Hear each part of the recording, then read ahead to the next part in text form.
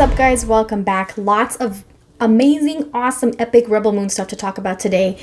This morning, Zack Snyder shared a Vanity Fair article on Twitter, and Vanity Fair always has like a book as an article, right? Their articles are so long, but this one was definitely worth the read. It has a whole bunch of information about Rebel Moon, shared some first look pictures at a bunch of the main characters. I'm not going to read the entire article, of course, because it is very long, but it's worth the read if you haven't read the whole thing, because it's super interesting and very cool. The article starts out, Zack Snyder is world building once again with Rebel Moon. So again, this has turned into more than just a movie. Since Netflix took it on, they really are world building with it. The moon in Rebel Moon is actually one of the more modest worlds. It circles an immense gas giant at a distant edge of the galaxy and is populated mainly by farmers. The estimated budget is about $166 million, but that includes parts 1 and 2. The main gist of the story focuses on outcasts and refugees from many disparate planets who join forces to rise up together against a punishing authoritarian government. Quote from Zack, "I'm a glutton for punishment. I don't know why I always make an ensemble movie. I can't wait to not do that."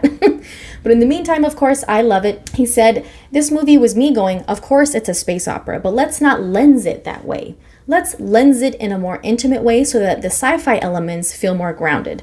We're not always saying, look at how big our spaceships are or how weird our planets look. That happens, but it happens as an organic part of the world that you're in.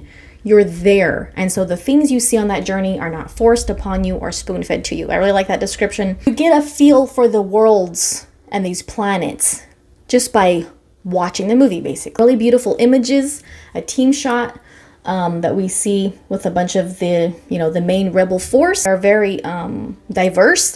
They all look like they're from their own thing. They all look very different. This particular part of the article says, after an excruciating, combative experience building the DC superhero universe for Warner Brothers and then seeing it scrapped, Snyder has finally found a studio that has given him epic trust to match its epic funding. I appreciated that part of the article because Vanity Fair is just facts. You know what I'm saying? Laying out the facts. So thank you, Vanity Fair. Comes out on Netflix December 22nd, part 1. The second part's release date has not yet been settled, but Snyder wants it to follow closely on the heels of the first one. Zack said it won't be long after. Netflix can do things that a traditional studio can't do as far as how close together the movies are released. So I'm glad that they kind of brought that up because I was wondering about that as well. I do think Rebel Moon is still going to get a theatrical release. I made a video about it if you want to check that out. Also arriving at later dates will be more explicit, harder-edged cuts of the two movies. The first version of Rebel Moon to hit screens will be a fantasy adventure that anyone can enjoy and watch, Snyder says. The later cut will be strictly for adults. He said, "I think for fans of mine and people who are ready to take a deeper, harder dive, that'll be fun for them." So we had heard about this not too long ago. There would be like a PG-13 version of Rebel Moon and then also rated R versions of both parts 1 and 2. But I didn't know that they were coming out at different time. So this moon is the moon of Velt, is a David facing down the Goliath of the mother world, which has amassed abundant wealth, political power, and an immense army. Velt is nowhere special until the rulers of the mother world decide to seize it as a breadbasket. They land in the village to say, listen, you guys will be our local food source while we're tromping around this part of the galaxy. So how long until the harvest comes in? They just want to go and seize that, right?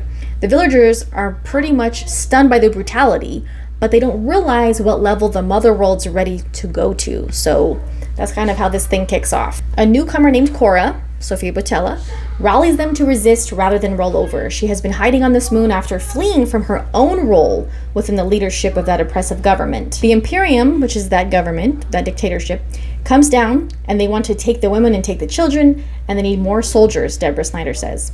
They're going to take their food, and the villagers go, look, we can bargain with them. Cora used to be in the Imperium, Zack says, and she's like, guys, this ends badly for everybody. So that's what Zack is saying about how she kind of starts to lead this rebellion against them because she used to actually be a part of the Imperium. Sophia Boutella says she knows the guilt that she's been living with, talking about her character, and the first step of her redemption is doing something about it instead of going away. She adds, I think that as much as it is a sci-fi, it's very much a human story. Speaking about the mother world, Zack says they've conquered the universe, they've scooped everyone into the empire, and they've had to take individual deals with different leaders of the different worlds. You can imagine how complicated that is. A lot of rulers felt like they made a bad deal, or that their fathers made a bad deal, so it's going back, quite some time, or they begin to push back. So that's how this rebellion's coming into play. It's more whispers at first. We're right on the edge of revolution, and if our villagers are successful, the example of that could spur an even bigger revolt. So since the farmers can't fight them alone, Cora sets off with the mercenary starship pilot, Kai, who's played by Charlie Hunnam. They go together to find help. Zach describes it as it's more of a diesel punk world than a steampunk world. So it's a little, more rugged.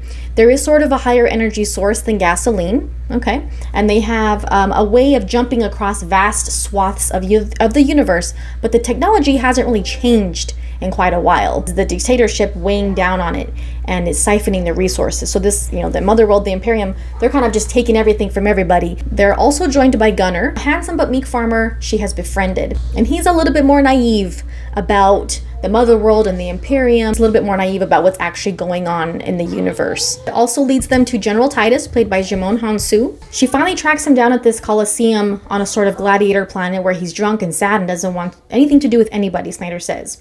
She's trying to convince him to join up. There's events that happened to him in the past that made him have to leave the Imperium and actually become an enemy of the mother world.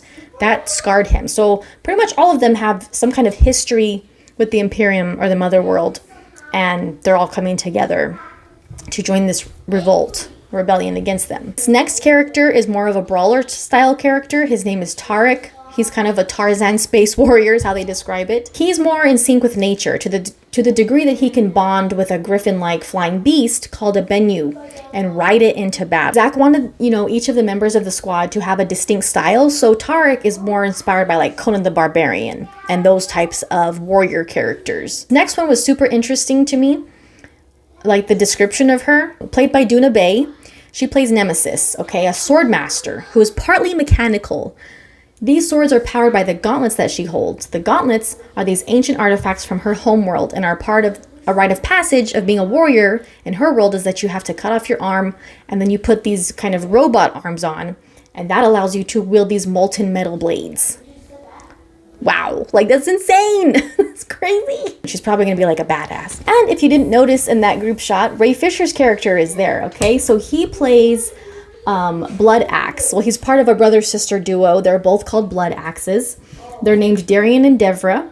They are galactic insurgents who have been angering the mother world with a hit and run spree of attacks against the Imperium, but they're not really effective at stopping that reign of abuse and terror. They're kind of just like they attack here, they attack here, they attack there, but they can't stop them altogether.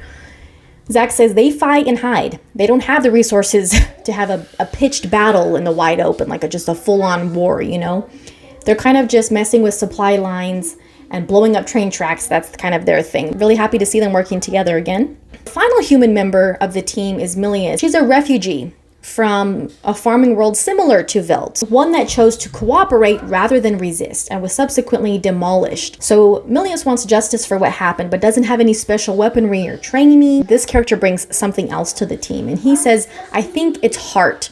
That really is their specialty. In a lot of ways, they have the purest motivation to fight. Everyone else is battling some past demon, whereas Milius feels my world was destroyed and it was very similar to this world, Velt. I didn't get a chance to defend it, so I choose to defend this one. It's like the main human team that we see, but there are even more outlandish characters who enter the fight. Among them, an ethereal spider played by Jenna Malone, who we know has also a long history with Zach as well, and an ornate, centuries-old robot known as a Jimmy, voiced by Anthony Hopkins. And we remember seeing a picture of Anthony Hopkins' character a while back as well. The Jimmies, this was interesting too. The Jimmies were mechanical knights, relics of a bygone age, now mostly gone. This one, though, endures in the wild, trying to merge the natural world with its mechanical form. I'm like, this stuff is just insanely creative. It's cool. Very cool. So now we know about the heroes, but then, kind of tells us a little bit about the Imperium, okay, the antagonists. They're led by Admiral Noble, a volatile and cruel emissary from the mother world with a chip on his shoulder. And he serves under Regent Belisarius. Admiral Noble demonstrates his loyalty and strength with sociopathic indifference. And a quote from the actor playing him says, I've played antagonists at points in my career in the past, and I think when I've done this well, I've been able to add some kind of humanity and some kind of empathy to the characters. But this is a bit different. Okay, with this character, I pointedly chose to leave humanity out of it completely for the first time. I'm not occupied with gaining your empathy. It will be interesting to see what the audience's reactions are to it. Noble has chosen to exist outside of what he sees as the limitations of morality. So I think he's going to be a very brutal type of character for the antagonist. You know, I don't doubt that Zach would want it to go there because it should feel like they're actually a threat. And then accompanying Noble are horrific masked figures. This design for these characters, insane.